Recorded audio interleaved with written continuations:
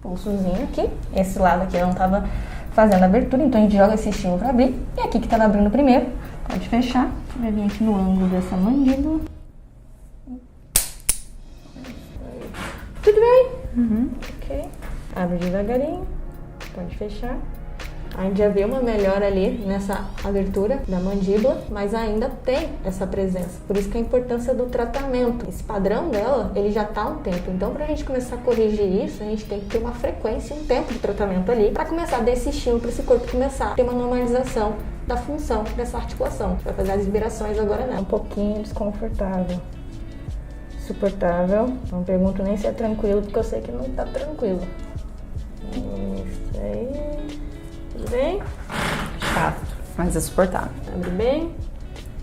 A gente pode vir aqui também, por fora, fazer essa liberação. Isso aqui é algo que o paciente mesmo, geralmente eu mostro pra ele como fazer. Somente quando ele tá ali num tempo de tensão, muito concentrado no computador, eu mesmo peço pra ele vir com os polegares aqui.